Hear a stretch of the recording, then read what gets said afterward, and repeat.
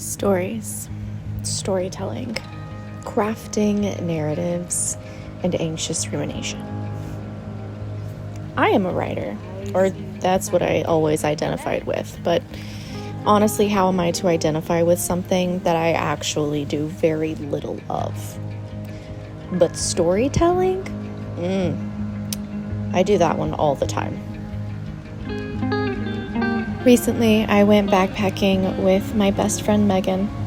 It was a 12-mile jaunt in the Cabinet Mountains in western Montana, and I was reacquainted with how many stories have informed my worldview and continue to impact my daily wanderings.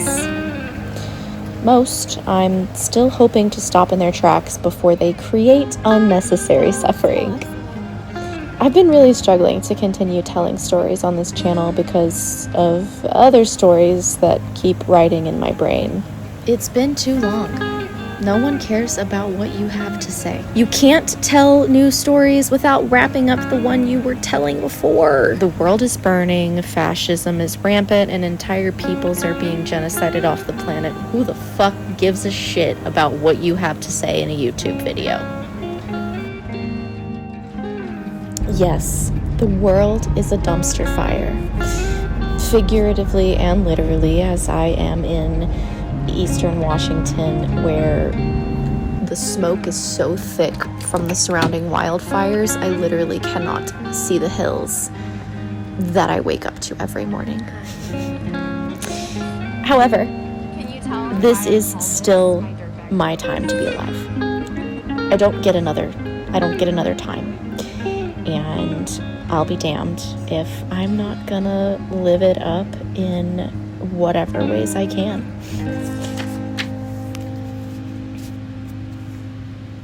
So hello, once again, this time from Washington. My name is still Jordan, and I started this channel to document my foray into van life and seasonal living. But now I'm just a broke 30-something-year-old living in a camper, collaborating with chosen family, and trying to survive while also living a life that I feel like is worth surviving. I'd be lying if part of me didn't admit that I daydream a little bit about making a little bit of extra money from content creation, even though that feels hypocritical as someone who fundamentally disagrees with capitalist systems. But we still have to operate within said systems. Ultimately, I'm just a person who enjoys telling stories, who enjoys sharing their experiences as a creative practice, and in the hopes that I may bring a little joy, curiosity, or perspective to whoever may come across my musings.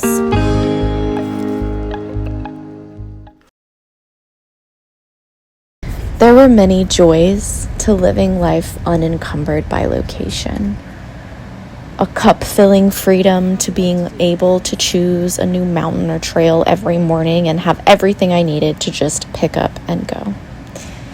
It left a lightness to live in such a small space where I only had what I needed.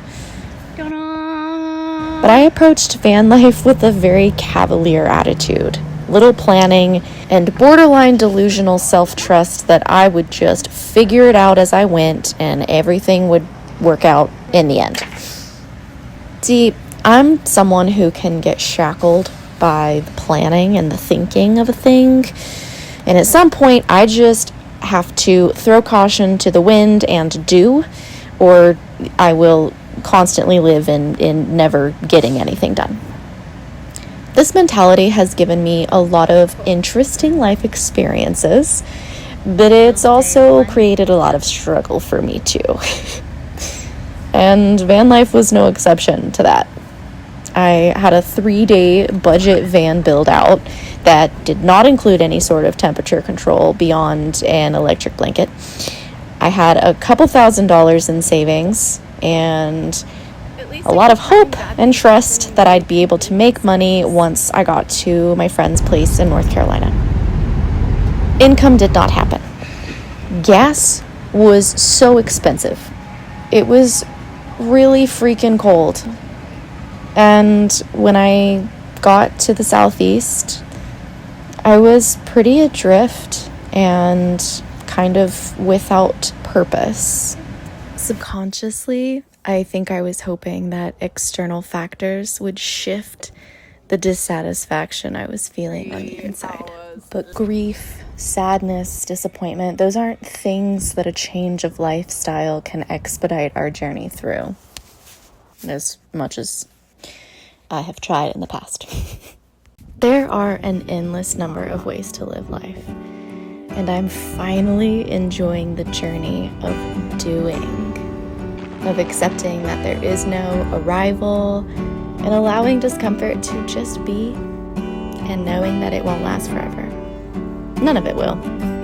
So here's to collecting as many moments of joy as we can while we can. Thanks for being a witness to my stories.